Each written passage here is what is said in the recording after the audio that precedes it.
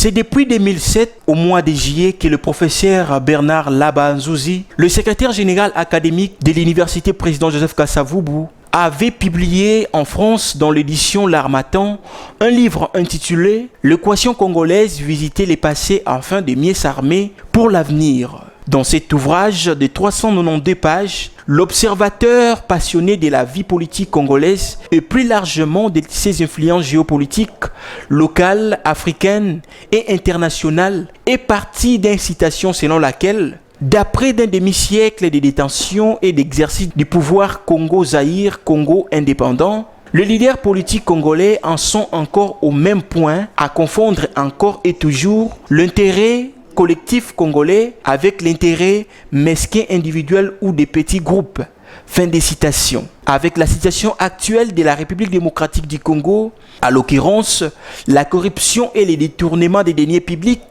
l'auteur pense que toutes les générations sont impliquées. C'est pourquoi toutes les composantes de la société congolaise doivent se sentir concernées et être associées dans la recherche de nouvelles voies pour sortir de ces bourbiers qui semblent se perpétuer. Par ailleurs, l'auteur estime que le Congo demeure un pays stratégique au sein du dispositif dit de l'Afrique utile.